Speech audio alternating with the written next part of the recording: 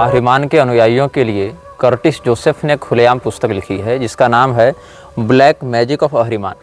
Curtis Joseph की कुख्याति या उसके प्रशंसकों के मध्य विख्याति उसके काले जादू पर पकड़ और शैतानी ताकतों के साथ जोड़ने वाले रिचुअल्स में एक्सपर्टीज के कारण है।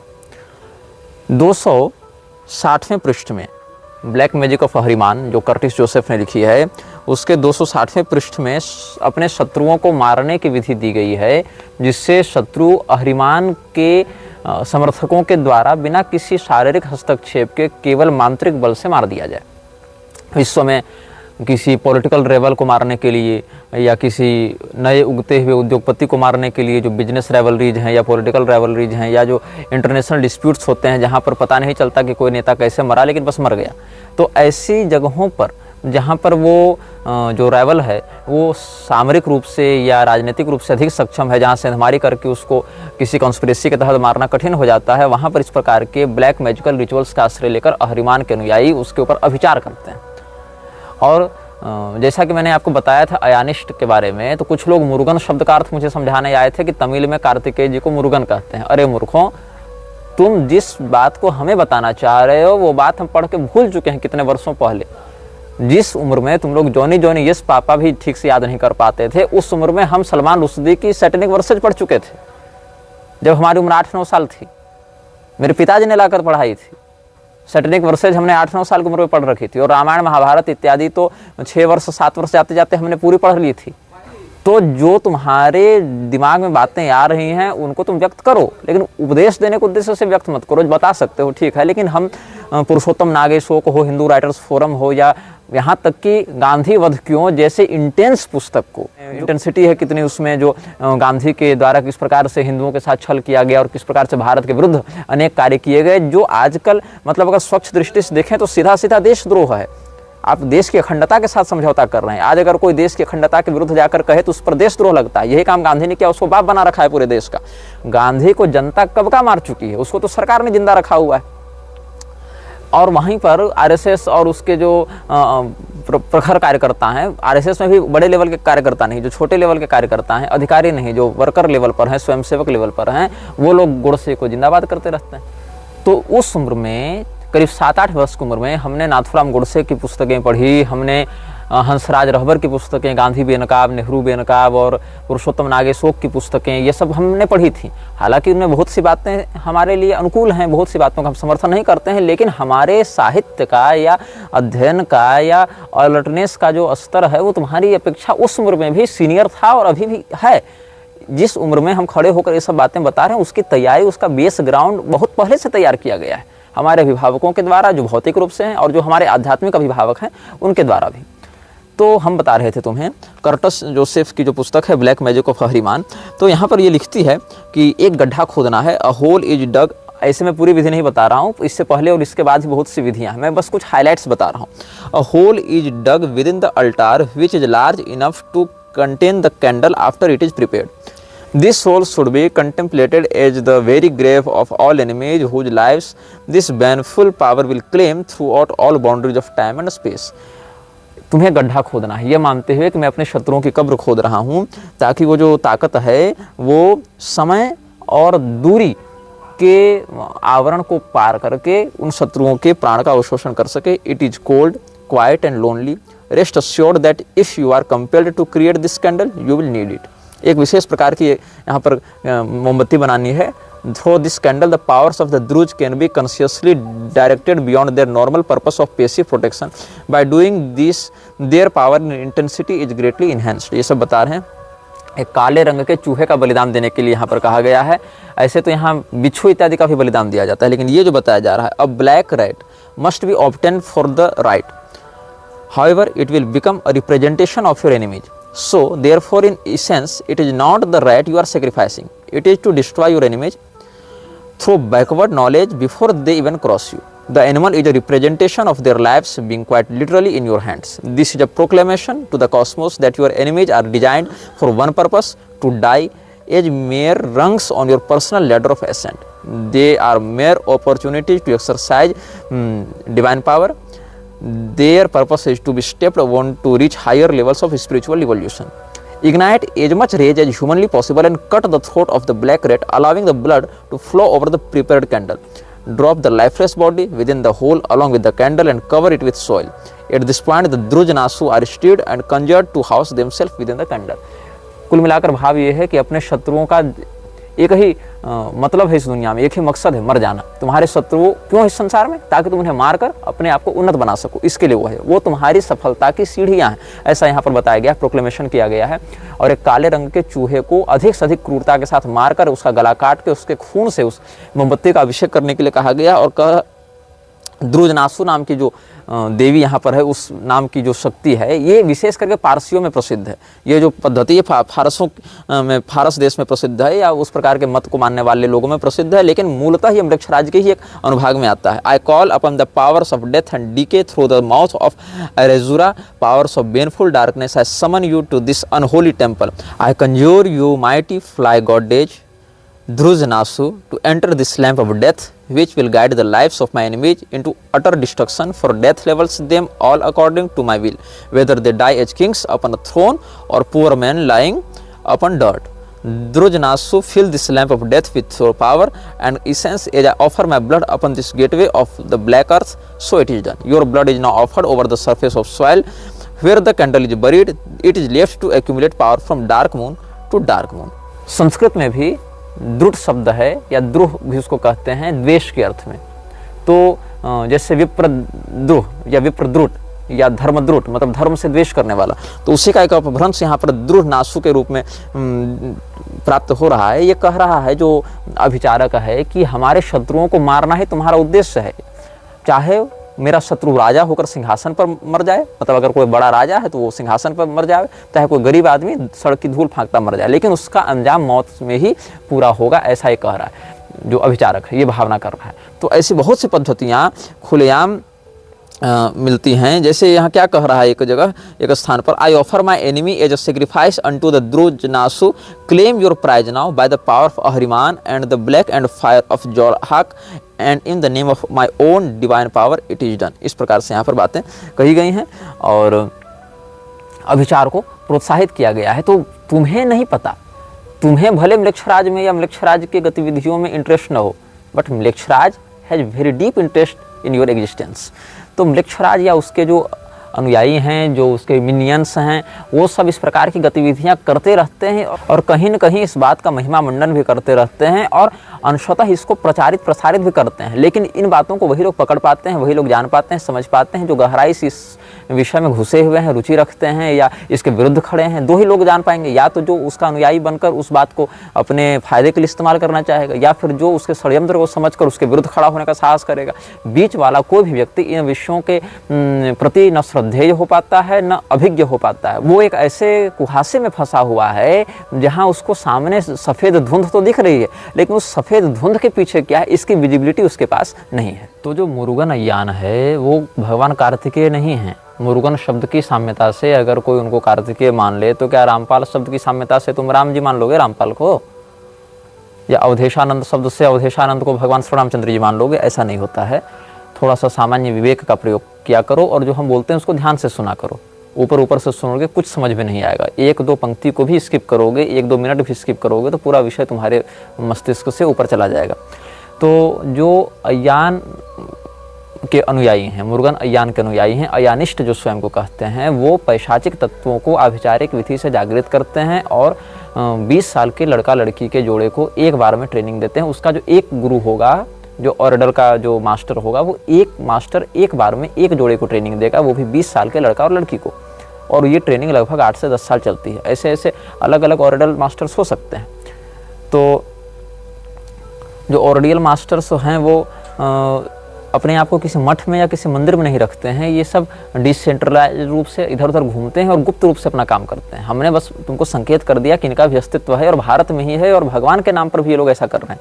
ऐसे दक्षिण भारत में जो मंदिर है प्रधानता से मुरुगन स्वामी के, मतलब स्वामी कार्तिकेय के, वो मंदिर इससे जुड़े हुए नहीं हैं। मंदिर अलग सत्ता चल रही है और ये मुरुगन के नाम पर एक अलग सत्ता चला रहे हैं जो भगवान कार्तिकेय वाला मुरुगन नहीं है। फोटो तो कार्तिकेय जी का लगा देते हैं, वराह भगवान और नृसिंह भगवान का भी फोटो लगा देते हैं, लेकिन वास्तव में मुरुगन अय्यान नाम के एक वास्तविक व्यक्ति जो 3500 साल पहले इनका एक प्रकार से प्रॉफिट कह दें वो था, उसके पैशाचिक सिद्धांतों के आधार पर ये लोग कार्य करते हैं। ये कोटिंग एक ऐसा व्यक्तित्व है जिसके विषय में हम पिछले अनुभाग में आपको संकेत कर चुके हैं। शैतानी ताकतों का ऐसा उपासक जिसने अपने अनुभवों पर सार्वजनिक रूप से चर्चा की। यद्यपि ये कोटिंग ने जितनी बातें लिखी हैं, जितनी बातें कही हैं, या उसके जो समर्थक हैं वो जितनी बातों पर विश्वास करते हैं, हम प्रत्येक बात के सत्य होने का दावा नहीं करते हैं। ये उसके निजी अनुभव हो सकते हैं, कुछ उसके उन्मादजन्य अनुभव हो सकते हैं, कुछ वास्तविक अनुभव हो सकते हैं, कुछ उसकी कल्पनाएं हो सकती हैं और कुछ वास्तविकता भी हो सकती है। लेकिन महत्वपूर्ण यह है कि उसका जीवन कैसे प्रारंभ हुआ, उसने कैसे इन अनुभवों को प्राप्त किया और उसने इन अनुभवों को समाज के सामने किस रूप में प्रस्तुत किया। ये कोटिंग एक चाइल्ड प्रोडिजी के रूप में देखा जाता है सैटेनिक रिचुअलिस्टिक लोगों के बीच में, जो पैशाचिक साधनाओं को करते हैं या म्लेच्छराज के विषय में अलग अलग सभ्यताओं का तुलनात्मक अध्ययन करके जानते हैं। यद्यपि उनमें म्लेच्छराज ये शब्द प्रचलित नहीं है। म्लेच्छराज शब्द तो हम लोग आपको समझाने के लिए कहते हैं म्लेच्छों का राजा, तो म्लेच्छराज इस प्रकार से हम आपको संकेत में कह देते हैं। लेकिन उसके और जो प्रसिद्ध नाम अन्य मतांतरों में प्राप्त होते हैं, उन सभी मतांतरों के समीक्षा के बाद ये कोटिंग्स ने बहुत कुछ लिखा है, और जो लिखा है वो 8 वॉल्यूम्स में है।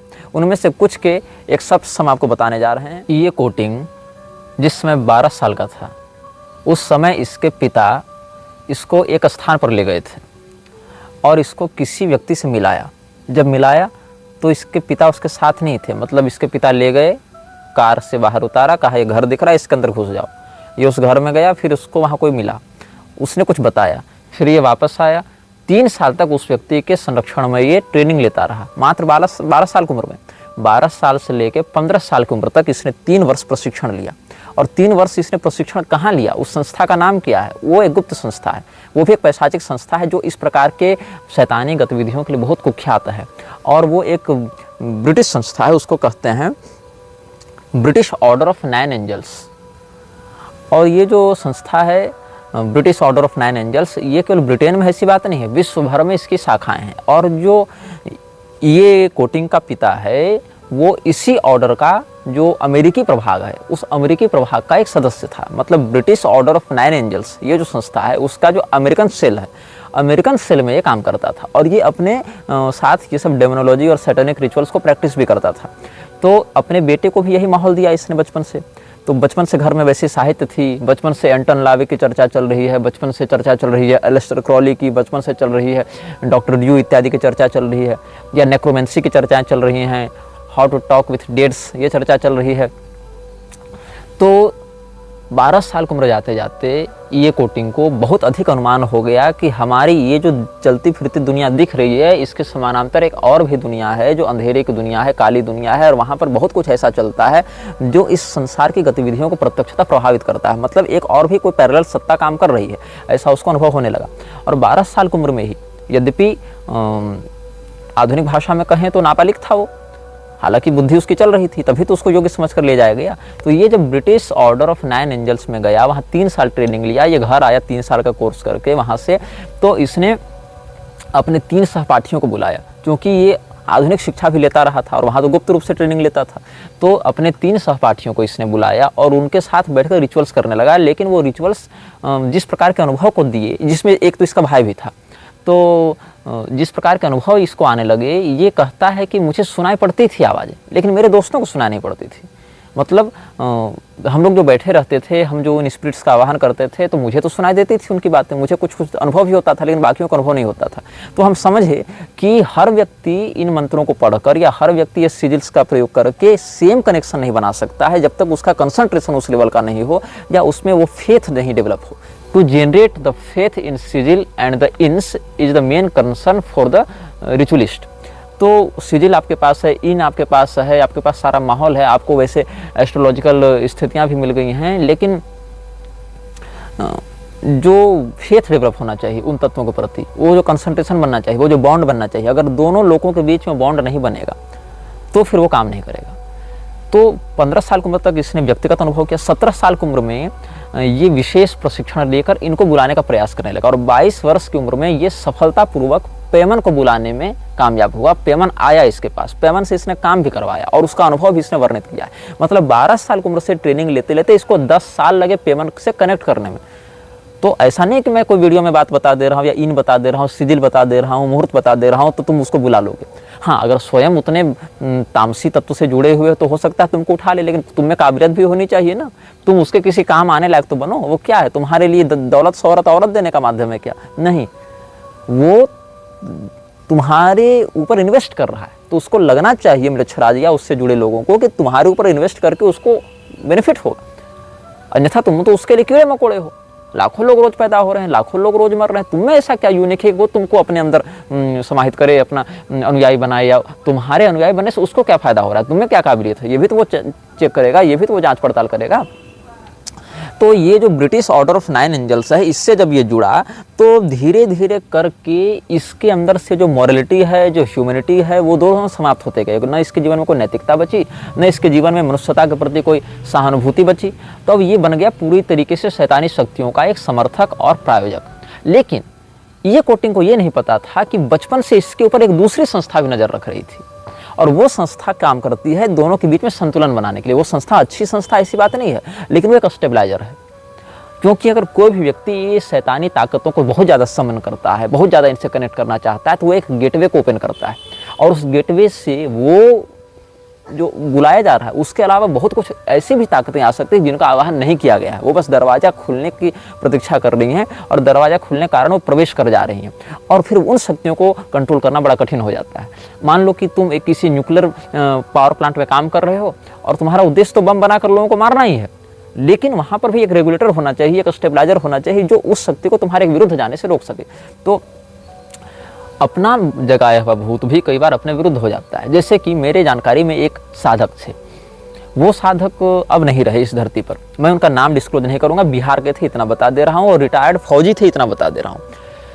तो वो मारण स्पेशलिस्ट थे, और कोई भी व्यक्ति जो उनके पास अपना केस लेकर आता था कि ये मेरा शत्रु है, इसको मार दीजिए, वो उसको मार देते थे। तो उनके घर में ये फौज से रिटायर होने के बाद बाबा बन गए, तांत्रिक बन गए, और इन्होंने बहुत कम उम्र में अच्छी सिद्धियां प्राप्त कर रखी थी, तो लोग इनके पास भीड़ लगाते थे।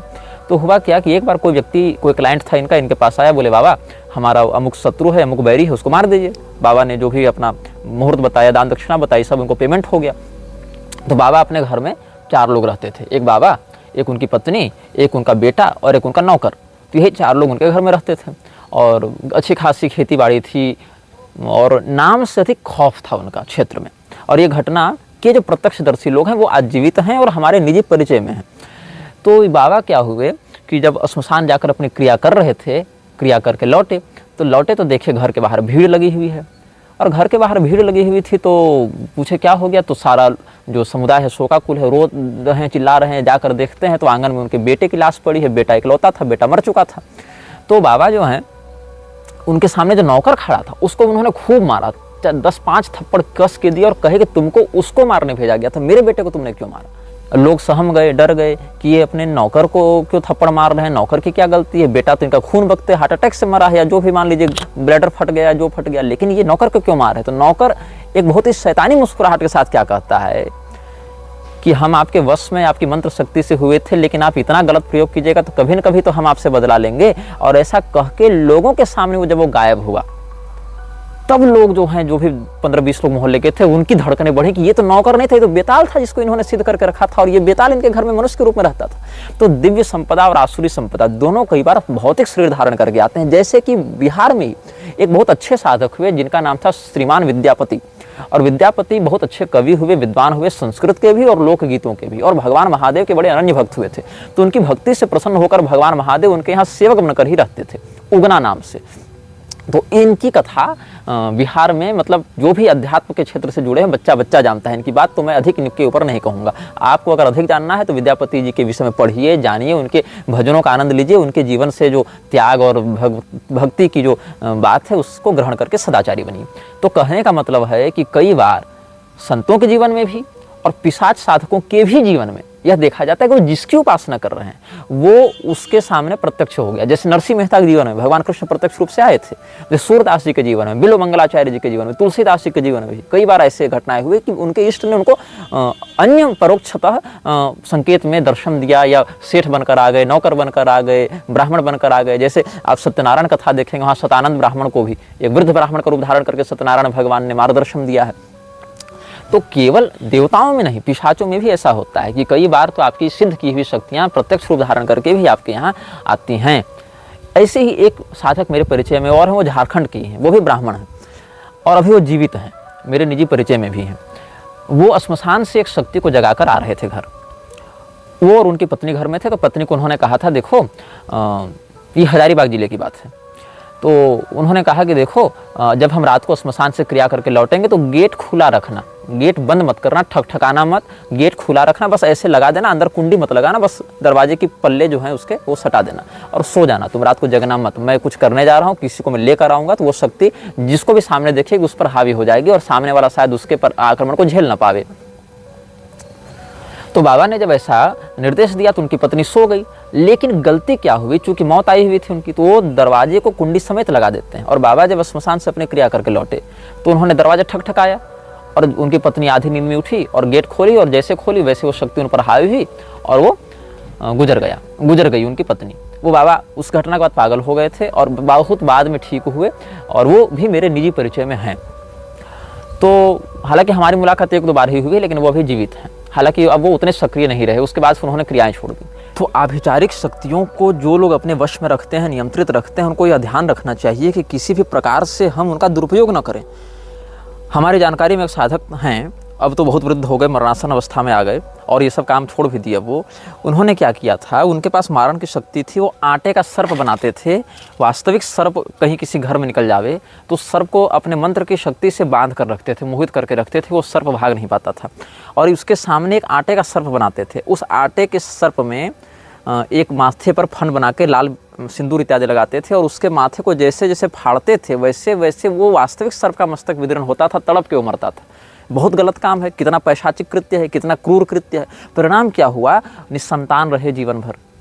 अपने जीवन के बहुत दीर्घ काल बीतने पर जब उस समय कुंभ इत्यादि कुछ लगा था तो वहीं दर्शन नहाने इत्यादि गए थे, कोई महात्मा मिले, बड़ा ये रोए गए उनके पास कि महाराज कुछ कीजिए, हम तो बहुत अत्याचार किए। और सर्प का जो शाप लगता है वो सीधे वंश पर असर करता है, मैंने देखा है। मेरी जानकारी में एक ब्राह्मण थे, वो जहाँ भी सर्प देखते लाठी लेके मार देते। उनका एक ही पुत्र हो पाए, वो भी मरते मरते बचा, तो बाद में फिर उनको बहुत पछतावा है इस बात से।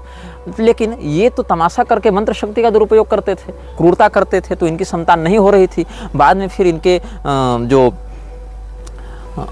एक प्रकार से श्रद्धेय कहें जो साधु जी थे, उन्होंने कुछ बताया उपाय कि कहा कि चलो ठीक है, मैं अपनी तपस्या से तुमको एक वरदान देता हूँ, तुमको एक पुत्र हो जाएगा, लेकिन फिर उसके आगे तुम्हारा वंश नहीं बढ़ पाएगा। तो इनका एक पुत्र हुआ और वो भी पुत्र कोई सद्गुणी पुत्र नहीं हुआ, और उस पुत्र के भी फिर आगे कोई संतान नहीं हुई। ये तो आंखों देखी बात मैं बता रहा हूँ। तो कोई भी साधना हो, शक्ति हो, सिद्धि हो, उसका दुरुपयोग करना देर सवेर उस साधक के ऊपर बहुत बुरी तरीके से असर करता है। और जब वो असर करता है तो व्यक्ति फिर कहीं शरण नहीं प्राप्त कर सकता, क्योंकि अपना ही कर्म का अपना ही प्रारब्ध वो भोग रहा होता है। ये कानकुब्ज ब्राह्मण जो हमारे परिचय में हैं, उनके पूर्वजों की मैं बात बता रहा हूँ।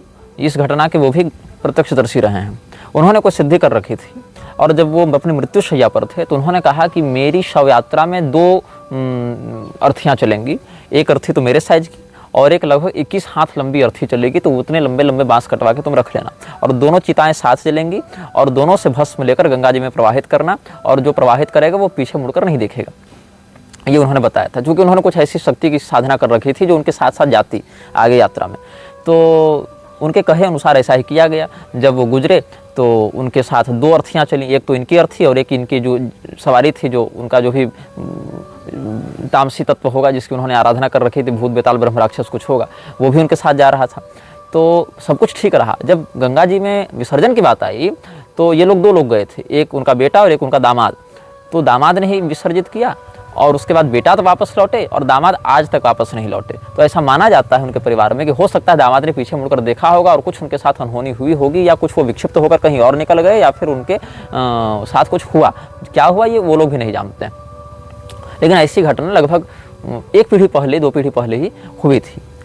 तो कई बार ये सब शक्तियाँ जब आती हैं, चाहे वो छोटे स्तर पर हों दैवीय संपदा में, चाहे छोटे स्तर पर हों आसुरी संपदा में, ये जो लोगों के ऊपर भूत प्रेत आते हैं या माता आती हैं और काली माता, भैरव बाबा और ये सब पर्चा सिद्धि और ये जो हनुमान जी और ये सब आते हैं ना, महादेव जी, ये हनुमान जी के पास इतना समय नहीं है और इतना मतलब नहीं है कि कौन व्यक्ति का अवैध संबंध कहाँ है और कौन व्यक्ति के ऊपर नजर गोजर कर दिया गया और किसकी पत्नी कहाँ रमण कर रही है, ये बताने के लिए हो रहा है। और ना महादेव जी के पास इतनी फुर्सत है कि लोगों के अंदर से भूत बेताल झाड़ते फिर और बैलेंस मंत्र से सबको ठीक करते चले। ये देवताओं के नाम पर विशुद्ध पाखंड किया जा रहा है, जो कि मूर्ख लोग जो साधनात्मक पद्धतियों से और देवताओं की कार्यप्रणाली से अवगत नहीं है, उनके ऊपर हावी होने के लिए एक ट्रिक के रूप में प्रयोग किया जाता है। और मीडिया तो मोनालिसा की आंखों में घुसी जा रही है, तो वो तो इन बातों को हाईलाइट करेगी। मीडिया तो बहुत बड़ी शातिर संस्था है, जिसको आपको नंगा करके भी अगर उसको पैसा मिल रहा है तो आपको नंगा कर देगी, खुद नंगा हो जाएगी। तो ये मीडिया की वास्तविकता है आज के समाज में। तो मैं बता रहा था आपको कि फिर ये आते हैं कि नहीं आते हैं लोगों के अंदर, तो 90% मामले उन्माद के होते हैं, 90% मामले वास्तविक नहीं होते हैं। अगर 100 व्यक्ति में भूत की संभावना है तो 90% लोग या तो नाटक कर रहे हैं या उन्माद कर रहे हैं।